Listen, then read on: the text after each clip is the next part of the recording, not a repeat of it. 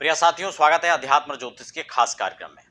मैं आपके साथ देवभूमि ऋषिकेश उत्तराखंड से आचार्य आशीष। आप भी नीचे कमेंट बॉक्स में अपना नाम या अपने शहर का नाम लिखकर हमारे खास कार्यक्रम का हिस्सा आप भी बन सकते हैं। दर्शकों, आज हम मांगलिक को लेकर बात करेंगे। अक्सर कई बार ऐसा होता है कि सिर्फ कुंडली मिलान पर रिश्ते कैंसिल हो जाते हैं, क्योंकि कई बार तो ऐसा होता है कि लंबे समय तक, लंबे अंतराल तक मान लो रिश्ते ही नहीं बन पा रहे हैं। कुंडली आती है, मैच नहीं कर रही है, या फिर इसमें युवा युवती जो आपस में वो विवाह के लिए एग्री नहीं है, उनको लगता नहीं पहले हमारा कैरियर बनना चाहिए। तो ये ठीक है, ये स्वाभाविक होता है। लेकिन विवाह में विलंब के और भी कई कारण हो सकते हैं। इसमें सातवां भाव कहीं ना कहीं प्रभावित हो रहा है, तो ऐसे में विवाह में विलंब होना बहुत स्वाभाविक है। कई बार हमने देखा कि बहुत सारे लोग अपने कैरियर को तो अच्छा बना लेते हैं, लेकिन यहाँ मैरिज में बहुत लेट हो चुका होता है। तो ऐसी स्थितियों के बाद कई बार फिर मान लो रिश्ते हमें समझ में नहीं आ रहे हैं। तो ऐसी स्थिति में जब कहीं रिश्ता बनने की कगार में होता है, तो उसी समय कहीं ना कहीं ग्रह स्थितियां आड़े आ जाती हैं, और यह अधूरा ज्ञान इसको कह लें, या फिर हम उसको समझ नहीं पाते हैं, वो चीजें आड़ी आ जाती हैं। ऐसे में मांगलिक दोष है, षडाष्टक है, या बहुत सारे नाड़ी दोष हैं। तो बहुत सारे ऐसी चीजें हैं जो वहां पर निकल कर आती हैं, और फिर विवाह कैंसिल हो जाता है।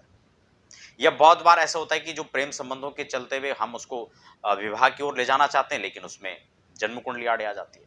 तो इन सब चीजों से पहले हमें समझ लेना चाहिए, इस पर विचार नितांत आवश्यक है। बहुत सारे लोग कहते हैं कि नहीं, जो लोग कुंडली मिलाते ही नहीं है, तो भाई जो लोग नहीं मिलाते उनके साथ स्थितियां क्या होती है वो भी आप जानते हैं। मैं आज यहाँ पर आपको बहुत सरल सी बात बताने का मतलब सिर्फ मेरा इतना है कि आप जो है जन्म कुंडली में उस चीजों को समझें। मांगलिक का यहाँ पर इशू है, तो सबसे पहले तो मांगलिक का सीधा सा सूत्र ही हम समझ लें। कई बार लोग मांगलिक होता ही नहीं और उसको भय उनका बना रहता है।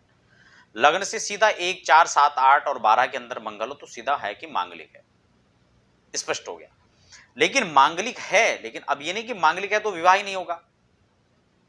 कई माता पिता तो हमने ऐसे देखे कि मांगलिक, अगर बच्चे का जन्म हुआ, जन्म बाद में वो मांगलिक, उनको पता लग गया कि मांगलिक है, तो वहीं से टेंशन में शुरू हो जाते हैं। अरे भाई वो मांगलिक है, मांगलिक अच्छा होता है, कोई प्रश्न में दिक्कत नहीं है। लेकिन दिक्कत कब होगी? जब आप जो है विवाह के समय उसकी कुंडली अच्छे से मिलान नहीं करवाएंगे, तब तक कोई प्रॉब्लम उसमें नहीं है। मंगल व्यक्ति को पराक्रमी बनाता है, उद्यमी बनाता है, परिश्रमी बनाता है, व्यक्ति का एक अलग व्यक्तित्व होता है, प्रसिद्ध व्यक्ति होता है, तो ये सब कुछ आपको दिलाएगा। लेकिन मैरिड लाइफ में मंगल का रोल है कि अगर वह ठीक स्थिति में नहीं है, मान लो द्वादश में मंगल बैठ गया तो अष्टम दृष्टि आकर के पड़ेगी, चौथे भाव के अंदर मंगल बैठे हैं तो उसकी चतुर्थ दृष्टि पड़ेगी, लग्न में बैठे हैं तो 7th हाउस पर उसकी 7वीं दृष्टि रहेगी। तो ऐसी स्थिति में मंगल यहाँ पर आपके दाम्पत्य जीवन के लिए घातक हो सकता है। ठीक है, मान लो कि लग्न में ये बैठ गया 7th हाउस में, उसमें कहीं ना कहीं राहु वहां देख रहा है, या कहीं और नव पंचम दृष्टि से देख रहा है, तो ऐसे में व्यक्ति आत्मघाती हमले करके स्वयं को मारने वाला या दूसरे को समाप्त करने वाला, इस प्रकार का योग उसमें बन जाता है। व्यक्ति को कहीं ना कहीं मंगल तो अति उत्साह में कार्य कराता है, लेकिन राहु उसको मति भ्रमित कर देता है। तो ऐसे में सबसे पहले तो हमें कुंडली के अंदर देखना चाहिए कि कैंसिलेशन कहां तक हो रहा है।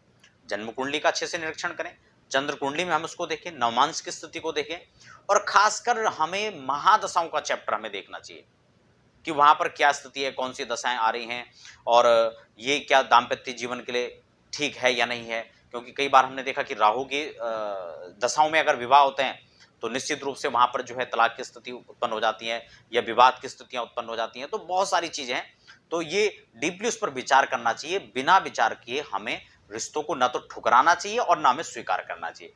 दोनों ही बातें इसमें अहम हो जाती हैं जब तक इसका मिलान अच्छे से ना हो।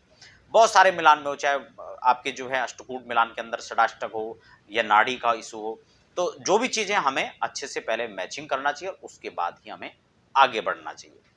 तो कैंसिलेशन पहले इसमें है, उसके बाद उपाय हैं। उपाय बाद की बात है, पहले इसका जो, क्योंकि मांगलिक तो मेरे हिसाब से बहुत सारे प्रतिशत में देखा जाए तो बड़ी अच्छी मात्रा में लोगों के जन्म कुंडली के अंदर मांगलिक होते हैं, लेकिन उनका परिहार साथ के साथ होता है, इसलिए कोई दिक्कत नहीं होती है।